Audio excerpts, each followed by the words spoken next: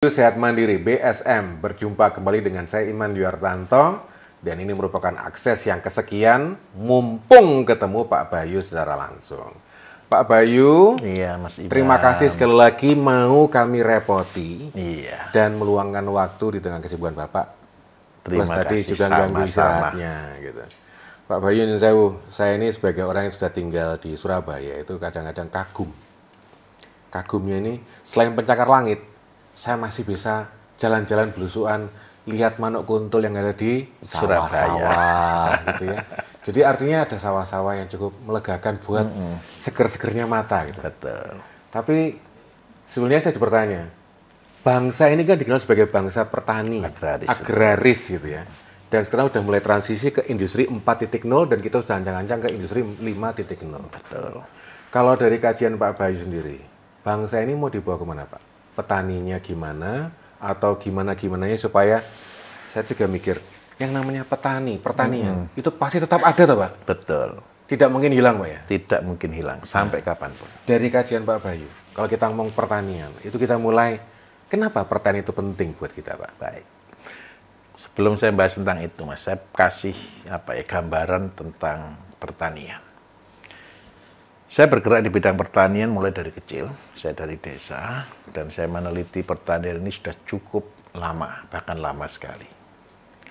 Dan karena kita di dunia pertanian, karena ini masuk tanda kutip usaha, ketemu dengan satu kata hukum rugi laba. Untung adalah penjualan dikurangi biaya produksi atau cost, ketemu untung atau rugi. Nah, karena kita ketemu pada titik ini, ketika saya menghitung tentang pertanian, sangat sulit untuk diprediksi. Ini Indonesia. Karena apa? Biaya yang pasti.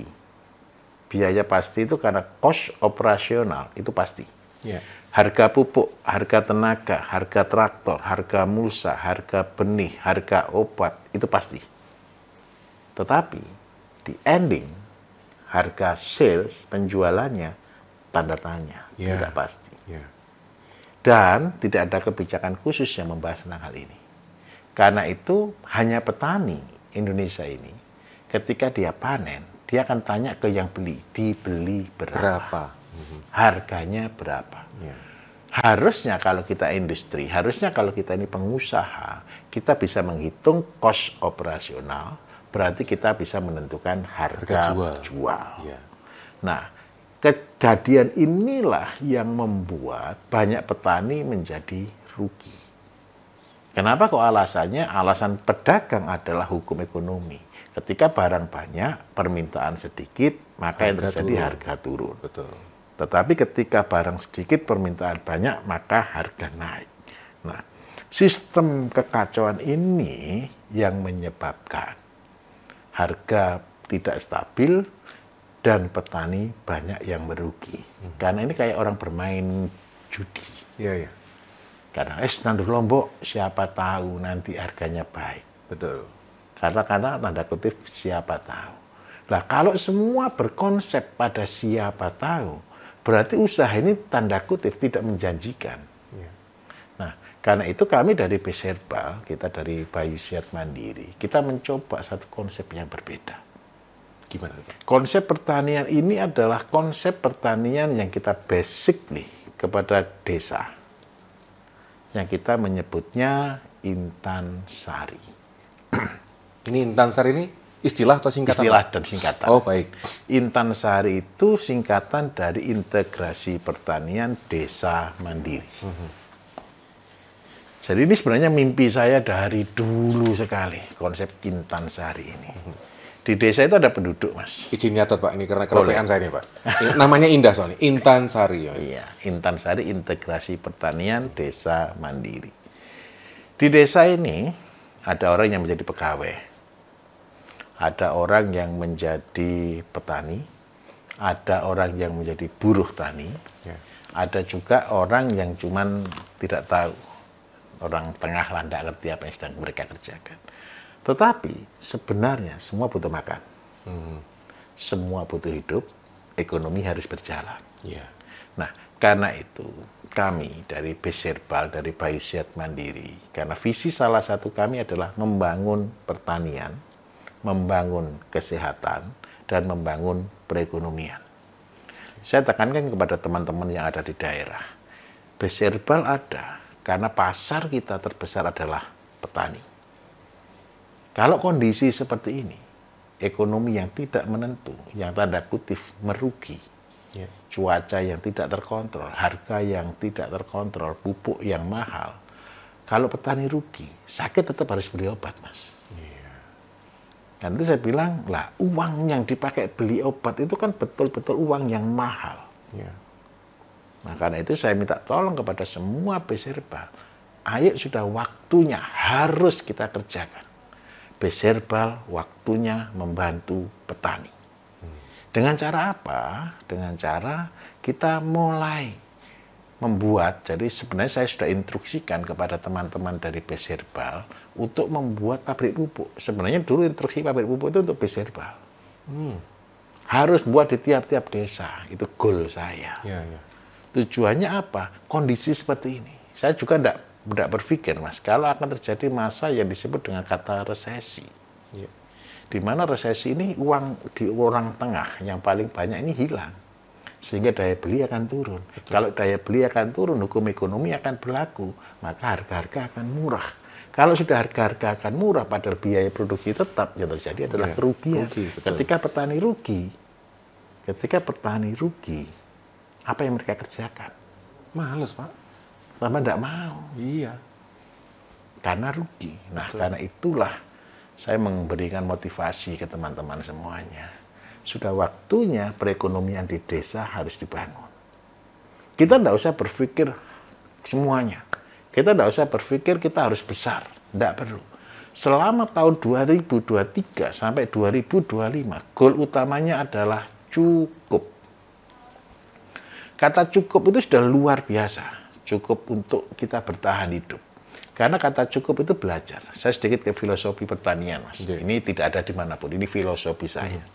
Filosofi saya. Saya mengilustrasikan ke teman-teman semuanya. Bertani itu seperti kita melewati jalan Sirotol mustaqim. Yang impossible. Jadi kenapa impossible? Mas Iman pernah tidak perhatikan petani yang siang panas kayak gitu tetap nyangkul di sawah. Padahal mereka belum tentu tahu untung atau rugi. Betul. Tapi mereka tetap bekerja. Nah, ketika saya melihat itu, saya mulai berpikir, apa yang bisa saya kerjakan untuk mereka? Apa yang saya bisa bantu untuk mereka?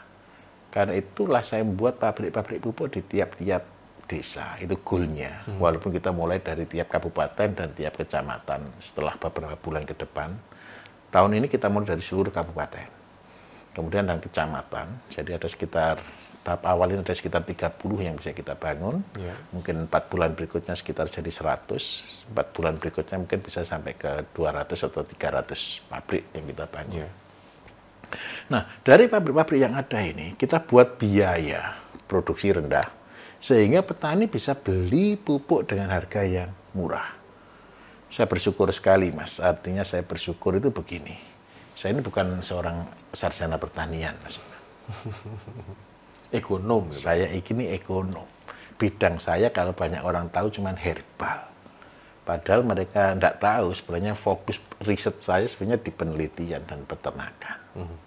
Nah, ketika kita buat pupuk dulu, klik pupuk yang kita bangun. Pupuk ini alhamdulillah riset kita sudah full, jangkep.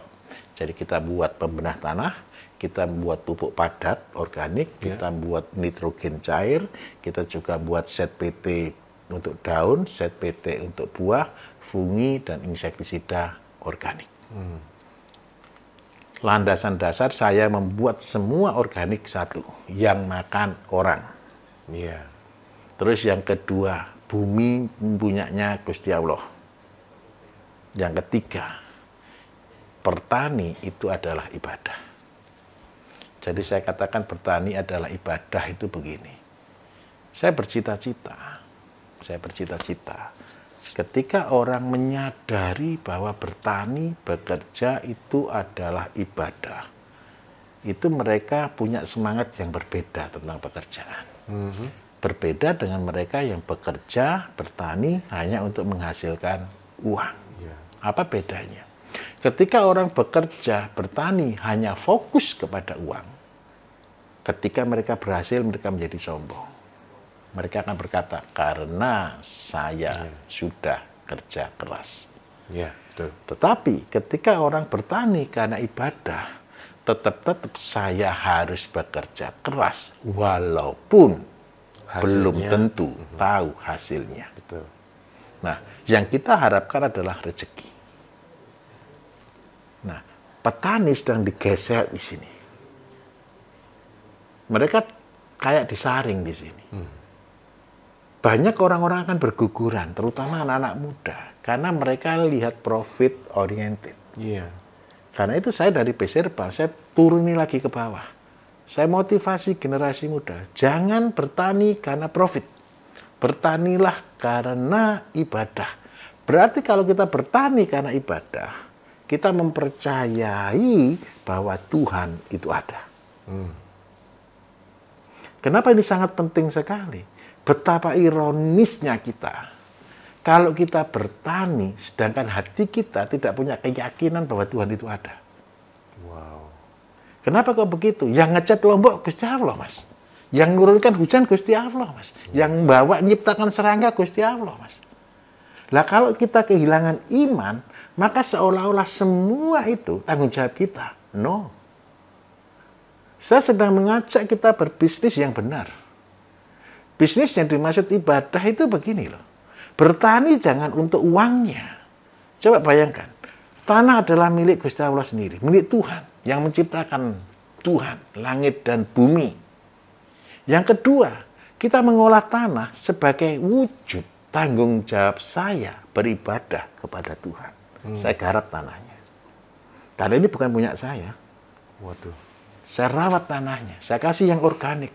Saya pulihkan kembali keadaannya. Yang kedua, saya akan menanam yang sesuatu yang menyehatkan. Karena yang makan adalah ciptaan Tuhan. Sesama manusia. Sesama manusia. Tidak membunuh. Seandainya harga rugi pun kita ikhlas dengan berkata mungkin sambil menangis. Saya sudah melakukan yang terbaik. Sudah berusaha. Untuk ciptaan Tuhan. Perkara rezeki itu kan bukan hak kita, Mas. Kadang-kadang Gusti Allah ngasih rezekinya itu sesuai dengan kehendaknya. Tidak tahu kapan turunnya. Tidak tahu posisinya gimana, bargainingnya bagaimana, kita tidak ngerti. Karena itu sudah di luar kontrol kita. Tetapi saya meyakini 100%. Karena Indonesia ini adalah bangsa yang percaya kepada ketuhanan yang Maha Esa. Nah, ketika dasar ini digoyah, apakah usaha yang terakhir? Kalau Mas Iman tadi tentang 4.0 dan 5.0. Ini adalah kengerian terbesar untuk generasi yang akan datang. Mereka sedang dibawa ke satu titik. Jangan percaya kalau Tuhan itu ada. Apa alasannya? Coba bayangkan. Teknologi akan masuk. Yang tanda kutip kalau saya nyebutnya silver technology in farming. Silver technology in farming itu adalah cuaca kita atur. Ada yang sudah bisa ngatur matahari sendiri nih. Betul. Suhu kita atur. Kelembapan kita atur. Kita selambui lah supaya tidak ada yang namanya bakteri, tidak ada virus on the control. Jadi kita sedang mengatakan I am as the king in my farming. Kita sudah mengatakan, ini kerajaan saya, ini di bawah controlling saya. Kan teknologi, Pak, kemajuan. Kan teknologi. Nah, kita sudah mengupayakan bagaimana cara. Larinya adalah full chemical. Orang tidak berpikir yang makan manusia. Yang penting, I'm profit. I'm big profit. Tetapi, yang menjadi problem terbesar adalah, ketika kita membuat ini, kita untung secara investment. Tetapi kita merugikan banyak orang. Nah, inilah yang akan masuk ke Indonesia ketika petani-petani kita kehilangan. Alasannya sepele, kamu tetap butuh makan. Ini loh sudah ada yang lebih bagus daripada yang kita produksi di tanah. Nah, Iya, iya, iya. paham maksud saya? Paham. Nah, ketika petani-petani yang macul, yang menggunakan teknologi tradisional, tanda kutip bukan tradisional, organic system, mereka merasa bahwa Tuhan tidak adil.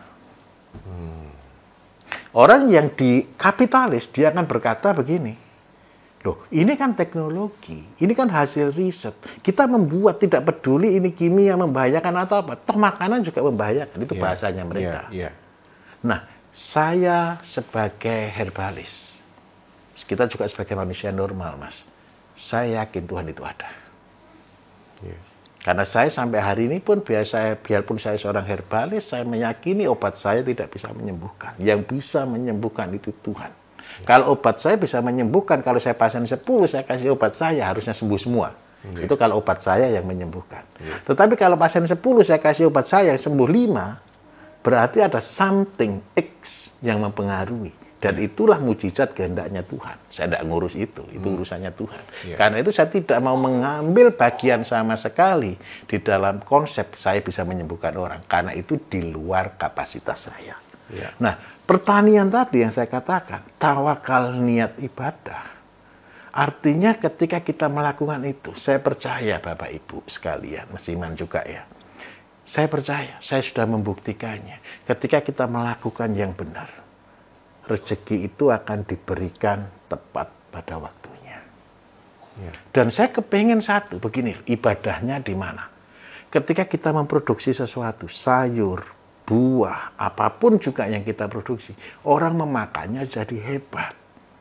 Saya bisa menjelaskannya detail, karena tadi di awal-awal saya sudah menjelaskannya, bahwa raw material yang menjadi food, yang menjadi makanan kita, itu ketika kita tambahkan sesuatu yang kita sebut dari produk-produk saya, seandainya pakai, anggap aja enzim, dan itu akan menjadi obat yang luar biasa.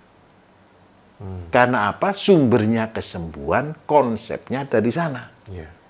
Nah, kalau yang dimakan ini racun, ketika kita konsumsi, maka yang terjadi bukan tambah sehat, tapi pengerusakan sel yang sedemikian cepat.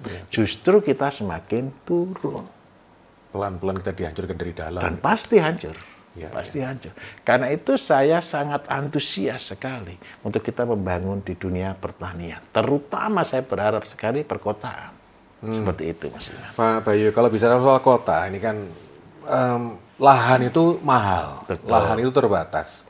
Apakah ada strategi yang ditawarkan oleh BSM untuk memaksimalkan output, sekaligus kita betul-betul mewujudkan yang namanya bertani itu ya ibadah? Betul. Gimana, Pak? Jadi begini. Untuk lahan perkotaan, sebenarnya saya ini sudah belajar sekitar hampir 20 tahun yang lalu. Di Timur Tengah, untuk membuat sawah, itu padang gurun diaspal, Mas. Bukan diaspal gitu ya, disiram dengan minyak yang mengandung aspal. Sehingga tanah itu mengeras, supaya air itu tidak meresap. Merembes, ya. Jadi di kawasan tertentu, padang gurun dikasih aspal, lapisan minyak, tapi dia akan mengeras seperti aspal. Kemudian ditambahkan di situ ada tanah, ada pupuk, ada sekam. Sekam itu anggap aja antibakteri, tanah itu media, dan pupuk itu nutrisi. Jadi 3 ini dimasukkan plek ke satu tempat. Nah, inilah yang kita sebut dengan sawah palsu atau sawah buatan.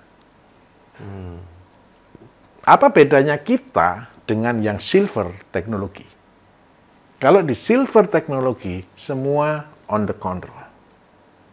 Tetapi kalau di sawah palsu ini, basic kita tetap di tanah. Kalau yang di silver teknologi rata-rata menggunakan basic hidroponik, aeroponik rata-rata atau NFT. Betul. Nah, tetapi yang di kita berdasarkan tetap dari tanah. Bagaimana cara buatnya? Begini, seandainya tanah ini sudah tidak produktif, tanah ini sudah isinya batu, mau diapakan? Ya kita buat, kemudian kita cari tanah-tanahnya. Kalau saya punya konsep, biasanya bahasa saya ke bawah itu, kumpulkan batu ketemu batu, kumpulkan tanah ketemu tanah. Batu kumpulkan, tanahnya dimasukkan ke dalam plastik. atau kita buat sawah atau polybag pot besar seperti itu, tinggal tambahkan pupuk di dalamnya. Pupuknya dari mana? Sebenarnya pupuk pun dari lokal situ aja.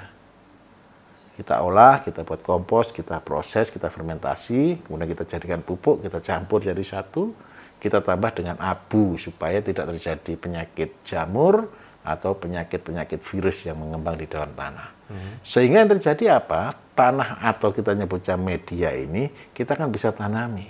Tidak perlu cangkur lagi. Karena sudah gembur. Yang kedua, tidak mencabut rumput. Karena tidak ada benih rumput di dalamnya. Terus yang ketiga, air terkontrol. Sehingga tidak butuh banyak air. Yang keempat, penyakit terbatas. Karena kita sudah di lokasi yang berbeda dari yang lain. Sebenarnya dengan konsep ini Jepang sudah melakukannya. Korea sudah melakukannya. Ini apa nggak sama seperti yang sawah tada hujan itu, Pak? Hampir sama, tapi bedanya kalau sawah tada hujan, Mas, ketika banjir selamat jalan juga. Oh iya juga. Tapi kalau sawah palsu ini kan kita bisa buat di samping rumah. Di tempat yang bisa kita kontrol, tempat yang aman. Seandainya di daerah dataran tinggi nih, gunung kan tidak ada sawah, Mas. Kita buatkan sawah palsu supaya kita bisa tampung airnya sedikit jadi sawah. Merekayasa lahan. Merekayasa lahan supaya menjadi produktif. Nah, kalau di pedesaan ini tidak perlu. Kenapa? Karena ini high cost. Tetapi kalau di perkotaan ini wajib. Kalau untuk perkotaan, supaya mereka bisa sehat dengan secara organik, mereka harus menyediakan sawahnya dong. 3x3, sebenarnya tidak perlu besar, Mas. 3x3 meter. Itu sudah cukup untuk kita hidup tanpa beli sayur seumur hidup. Seperti misal, kita tanam bayam 1 meter, tanam kangkung 1 meter, kenikir, tanam kacang panjang, tanam lombok, tanam tomat di satu tempat yang sama, cuma tidak perlu banyak-banyak. Ini hanya untuk kebutuhan rumah kita. Sehingga apa yang terjadi? Bayam kan tidak mungkin kita panen 1 meter, Mas. Bayam itu paling cuma kita ambil cuma 1 ikat. 1 meter itu keluar 2 kilo, 3 kilo. Jadi kalau muter aja, kita akan makan sayur yang kita produksi, tapi tidak pernah beli lagi. Wah, ini asik ini. Kan sekarang ini orang kota kadang-kadang juga tandur lewat teknologi hidroponik. Betul. Terus menggunakan pipa-pipa atau bejana media yang ya tanam-tanam seperti itu yang dipromokan di marketplace. Hidroponik bukan organik. Oh. Hidroponik itu full kimia. Pupuk A dan B itu kombinasi. Pupuk yang isinya full kimia. Ngetesnya hidroponik gampang. Ambil sayur dari produksi hidroponik kemudian rebus. Maka dia akan habis. Karena basically air. Nah, kecuali kalau Bapak Ibu mau dengan konsep jangan pakai hidroponik lagi. Jadi pakai aquaponik yang kolam, yang pond, tanpa chemical. Fungsinya tanaman bukan sebagai hasil saja, tapi dia sebagai penyerapan dari kotoran di dalam air. Jadi sistemnya ada ikan, ada tempat untuk tanaman sebagai filter, sebagai tempat untuk menampung air dan memfilter tanaman kembali lagi ke kolam. Itu namanya sistem aquaponik. Kalau pecinta BSM yang terus, alah itu ideal, teori. Sudah nggak ada prakteknya yang bisa dikatakan kayak proyek percontohan loh, Pak? Kita mengajar sawah palsu itu sudah 10 tahun lalu, Mas. Di mana, Pak? Di Mojokerto ada. Kemarin ketika kita mengumpulkan petani-petani di Magetan, saya juga dikasih linknya, dikasih gitu, mereka sudah mulai mengembangkan. Jadi mereka kan tinggal di gunung yang tidak ada air, tidak ada sumber. Jadi dia mau buat kolam untuk lele, akhirnya rugi. Akhirnya dia buat untuk padi, tandur. Jadi dia nyebutnya sawah palsu dengan konsep yang kita kembangkan, seperti itu. Outputnya gimana, Pak? Apakah bisa antara cost investasi dengan benefit yang kita terima? Kalau untuk besar, pasti untung. Tapi goal saya tadi, cukup dulu. Gini, Mas, saya kepengen membangun petani itu dari dasarnya. Jadi langkah di dalam Intan Sari itu begini. Pertama kita buat dulu keyhole. Saya nyebutnya keyhole, itu saya anggap aja lubang kunci. Kita starting. Itu ukurannya 3 kali 3 meter. Setelah kita belajar di situ, satu rumah cukup nih. Ini jadi habit, menjadi kebiasaan kita. Untuk kita hidup mandiri. Jadi yang kita rubah adalah change paradigm-nya. Oke. Untuk produktif. Ya. Setelah membuat 3 kali 3, kita mulai belajar membuat pertanian yang bisa self-support. Untuk harian, cost operasional harian. Jadi kita sedang membuat ukuran tanah 200 meter sampai 300 meter sebagai sumber penghasilan harian. Asumsi seandainya. Saya sudah bisa buat pupuk nih, sehingga saya sudah berhasil di keyhole, lubang kunci. Setelah itu saya terapkan ke ukuran 200 meter persegi sampai 300 meter persegi. Tapi tinggal kita ini di perkotaan. Karena apa? Perkotaan adalah tanda kutip market. Ya. Seandainya Mas Iman tinggal di satu perumahan, di situ kan ada tanah kosong juga, Mas? Pasti. Pasti ada. Dan itu isinya rumput kan hari ini kan? Iya. Kalau ada orang-orang yang mau kreatif, turunding orangnya daripada tanahnya tanduri rumput, ayo kita kelola. Kan seperti itu. Iya. Pupuknya dari mana? Dari lingkungan sekitar. Semua masyarakat Indonesia ini kesusahan membuang limbah organik. Limbah rumah tangga. Limbah organik itu limbah rumah tangga. Ya, ya, ya. Sehingga itu yang menumpuk di tempat penampungan sampah, TPA. Kalau sih limbah plastik, limbah kertas dijual, dibakar masih bisa. Tapi limbah organik jadi problem untuk perkotaan. Ya. Nah, saya kepengen yang ada di lingkungan itu satu orang aja kreatif. Kumpulkan limbah di situ untuk jadikan kompos. Kompos ini kita pakai untuk ngolah tadi. Ukuran tanah 200 atau 300 meter persegi, kita tanami tanaman yang gampang, ada sawi, kangkung, bayam seandainya. Yang bisa root panen itu 1 bulan umurnya. Seandainya kita tanam kangkung atau bayam deh. 1 meter persegi itu bisa menghasilkan kangkung atau bayam kurang lebih sekitar 2 sampai 3 kilo. Lumayan. 1 meter persegi. Iya. Kita anggap aja 2 meter. Kita jual, ini organik nih. Kita jual dengan harga standar konvensional, harga sayur biasa. Kita jual aja 1 ikat ini anggap aja 5.000 sampai 10.000 lah. Kalau 1 kilo itu, 2 kilo itu dapat sekitar 2 atau 3, maksimal di 2 ikat lah anggap aja. Anggap aja 1 meter persegi menghasilkan uang, kurang lebih sekitar 10.000 lah. 2 ikat yang harga 5.000, Ya, ada kangkung harga 5.000, ada. Iya, iya. Nggak ada bayam juga 5.000, nggak ada. Wong segini sudah 1.000, 2.000, betul ya? Iya. Kita buat rendah, itu amal. Terus yang kedua, kalau kita setiap hari kita nanam 10 meter, ini akan menghasilkan 100.000. Kita buat rotasinya setiap hari tanam, setiap hari panen. Jadi butuh tanah berapa? 300 meter. Tinggal ngitung. Setiap hari panen, setiap hari tanam. Sehingga kita punya income sebanyak 100.000 setiap hari. Itu sudah gaji 3 juta, Mas. Jualnya di mana? Kalau ini di komplek perumahan, Ya, tunggu. 200 meter persegi itu cukup untuk 70 kakak.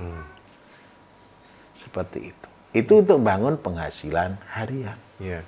Nah, setelah lulus penghasilan harian, kita naik level. Kalau di dalam program lama, kalau saya dulu buat program di Klinik Agropolitan Indonesia dengan sebutan 1005. 1005 itu tanah 1000 meter, penghasilan 5 juta 1 bulan. Wow. Dengan konsep ada sayur 200 sampai 300 meter, ada ikan 120 meter, ada ayam 200 meter, ada kambing dan gudang 200 meter. Nah, ini kita pakai untuk sirkulasi. Iya. Jadi apa yang sedang saya bangun? Bukan pertaniannya saja. Iya. Yang kita bangun mindset-nya. Saya sedang ciptakan generasi muda sebagai entrepreneur di bidang pertanian. Ketika ini jadi, apa yang dihasilkan? Supermarket. Ada sayur, ada telur, ada ayam, ada ikan, ada daging. Supermarket di mana? Di kompleks satu desa. Iya. 1.005 itu cuma cukup untuk sekitar 100 kakak. Tapi sudah besar kebutuhannya. Seandainya di setiap RT atau setiap RW ada 1.000, maka yang terjadi adalah perekonomian yang akan meningkat. Kami tidak mungkin bisa bangun semuanya sendiri. Karena itu saya kepingin mengedukasi. Goal di kota adalah edukasi. Pak Bayu, kalau semuanya serba seperti itu gitu kan. Apalagi Pak Bayu tadi matur sudah 10 tahun yang lalu gitu. Iya. Kok nggak bunyi? Kenapa gitu? Saya melatih Mas di tempat pelatihan saya. Itu sudah saya sendiri yang saya latih 12.000 orang. Oke. Tahun 2012 2013. Dari 12.000 orang yang berhasil 4.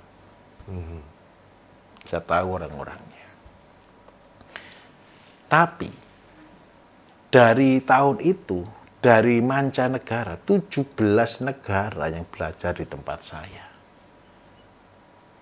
17 negara. 17 negara, hampir seluruh ASEAN, sampai Timor Leste, Amerika, Afrika, Australia, hampir Eropa, 17 negara. Kok media-media mainstream kita tipis ya Pak berita itu tentang itu? Saya tidak tahu apakah karena saya tidak pernah promosi waktu itu. Atau dianggap tidak menarik barangkali? Atau kalau semua menarik, Mas. Mereka buatnya ini sudah luar biasa. Ilmu yang saya kasih di basicnya sudah dikembangkan luar biasa. Dari nama-nama yang berbeda-beda di dunia ini. Katakanlah kalau misalkan ingin nyambung gitu Pak ya. Niru, ngeblat pola yang diterapkan oleh Pak Bayu. Kemana Pak? Boleh, kita kan di Base Herbal ini kan begini. Jadi ada beberapa tempat yang sampai hari ini kita tetap jalan. Jadi, tapi saya kepingin kita rubah karena apa? Begini. Kalau orang datang ke tempat saya secara pribadi, dia kan sudah tahu sudah jadi, Mas. Dia pasti berpikiran, saya harus punya modal sekian. Karena itu ternyata ketika saya dulu menjadikan satu tempat sampai finish, ini di Mojokerto, yang sudah saya jadikan tempat itu sampai finish. Kalau Mas Iman boleh cek aja Intan Abatani gitu. Saya merubah daerah tandus jadi produktif. Jadi disebut wahana terbesar untuk Mojokerto bagian utara. Dawar? Iya. Dawar Blandong? Dawar Blandong. Oh iya? Kalau Mas Iman kata Dawar Blandong, apa yang muncul di pikiran pertama kali? Pelosok, miskin, tandus, gersang. Tempat itu saya buat hidroponik, saya bukan buat hidroponik, saya buat pertanian organik, saya buat ayam organik, bebek organik, kambing organik, sapi organik, sampai N, namanya integrasi pertanian desa mandiri sampai supermarket. Bulat. Ayam-ayamnya sendiri, sapi-sapinya sendiri, kambing-kambingnya sendiri untuk satu kecamatan. Wow. Saya perlu belusuk ke sana ini. Nggak usah. Kalau ke sana paling cuma cerita oh saja. Nanti selalu berkata, saya tidak punya uang untuk bangun ini. Karena itu saya rubah lagi konsepnya. Ternyata sudah dikasih contoh, tidak mau jalan juga. Atau kadang lihat, oh ngono tok toh, aku iso. Bukan itunya. Oh, itu ada dua, Pak. Nah. Ketika saya mulai kecil di Mojokerto, di daerah SMA 2 tahu ya, di Gadul. Iya. Saya mulai di sana. Orang selalu datang, gampang. Yang waktu 1.005. Iya. Gampang. Ketika 1.005 sudah jadi 6 hektar di Dawar.